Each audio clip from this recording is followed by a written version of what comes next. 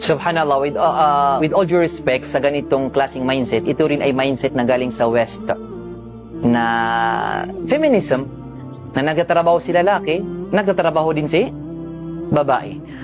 Ang original na place ng babae ay dapat sa bahay lang, kasi ang bahay ang iyong kingdom.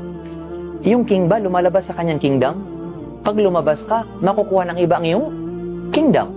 So ikaw ay queen. So ang queen ba lumalabas parate? Baka mamatay ka, queen, kapag lumabas ka.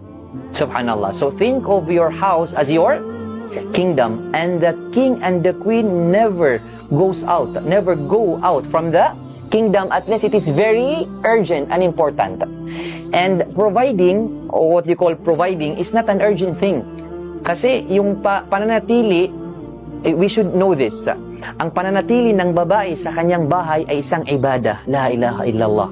Ang pananatili ng babae sa bahay is a form of worship to Allah subhanahu wa ta'ala. Kasi inutos ng Allah, manatili kayo sa inyong mga bahay. So ibig sabihin, ikaw babae na nanatili sa bahay 24 hours a day, ginagantimpalaan ka ng Allah subhanahu wa ta'ala. Second, pumunta siya sa Saudi. May nabasa ko na post, sinabi nung nag-post, kasi ka-judge siya, ang isa sa pinaka malaking dahilan kung bakit tumaas ang rate ng talak sa Saudi. Kung bakit tumaas ang rate ng talak ng Saudi? Dahil nagsimula ang mga babae na makipagpaligsahan sa mga lalaki sa paghahanap buhay. Ustad ako, ustada din siya. May tindahan ako, may tindahan din siya. Professor ka, professor din siya. Naghahanap buhay ka, naghahanap buhay din siya. So anong nangyari? Nagsimula ng dumami ang al-khiyanatu zawjiyya. Anong tawag dyan sa English? Pagtrador? Pagiging pagtrador sa iyong asawa. Yung al-khiyanatu zawjiyya. Yung mga babae ay nagkakaroon na ngayon ng mga kabit. Hindi lang ngayong mga pangungulo niya. Subhanallah. Bakit? Kasi si ukhti, paglabas niya at pumunta sa pwesto, o di kayo pumunta sa opisina, o di kayo sa pwesto, may bumili na lalaki, tapos binigyan ng regalo ang kanyang asawa. Magkano to? Ibibigay ko sana sa asawa ko. Naisip niya, sana bigyan din ako ng asawa ko. Sana ito na lang yung asawa ko.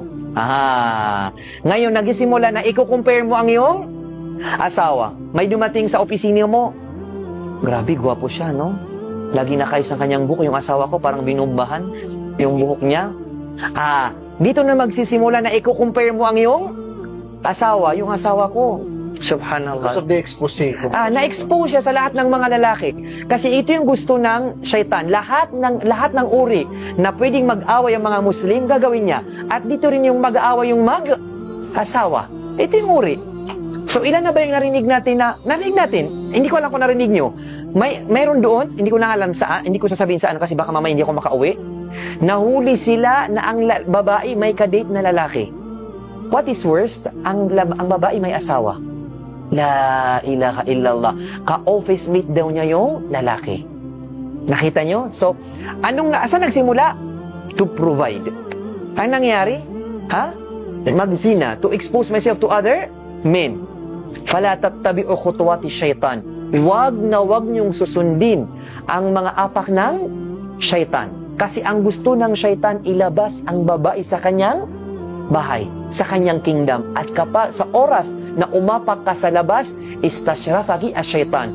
Susunod sa iyo ang syaitan at lahat ng iyong gagawin ay maganda sa lahat ng paningin ng mga tao at lahat ng tao magkakaroon ng sala dahil sa iyo. Kasi, kumbaga yung lalaki nakatingin sa baba, tapos nakita niya nagmedyas ka, Allahu Akbar. Ang ganda ng kanyang paa. Kasi pinapakita ng syaitan sa lalaki na ikaw ay maganda. Naglalakad ka kay kapakuba, ang pinapakita ng syaitan, napakagandang babae. Allahu Akbar, Allahu Akbar, ang ganyang maglakad. So nakita mo, oras na lumabas ka, Allahu Akbar, napakaraming fitna ang susunod sa'yo. So, do not forget this. Ang paglabas mo sa bahay ay nagkakaroon ng imbalance. Kasi ang role model mo is to nurture the children, to guide the children, to educate the children. So, sino mag-educate sa mga bata kung walang nanay? Kami. Ang alam lang namin, ML. Ang alam namin, NBA player. So, umalis ka, masisira ang bahay. Subhanallah. So, Pangatlo, always believe in the power of qadr. Pag sa'yo, sa'yo. Mag-work ka man o hindi ka mag-work. Bakit? Sabi niya, paano ako magkakaroon ng pera? Hindi ako nag-work. Pwede na kaya ng Allah na yung inaasam mo na money to provide for the family ay ibibigay ng Allah sa iyong asawa. Pero hindi ka nag-trust sa Allah. Nag-trust ka sa iyong sarili, na broke ang iyong relationship. So always trust sa power ng qadr at yung trust ng Allah, trust sa Allah subhanahu wa ta'ala. Ya Allah, kaya hindi ako nag-work, kahit pa ako top-notcher, kahit pa ako college graduate, kahit pa ako kunwari masteral, kasi inutos mo sa akin na manatili sa bahay, ya Allah, susundin kita. At mali mo, doon, ipapasok ng Allah ang iyong financial needs sa iyong asawa, o di kaya, ang iyong mga anak, silang maging mayaman.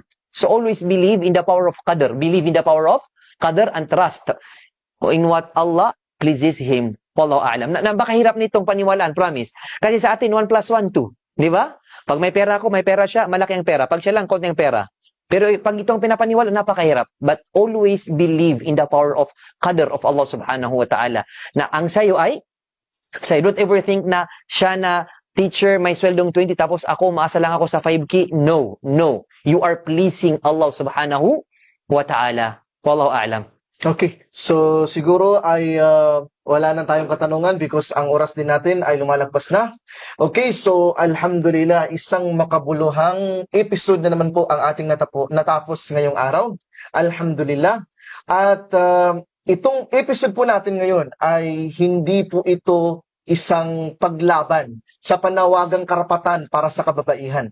Bagkus ito po ay pagbabalik po sa atin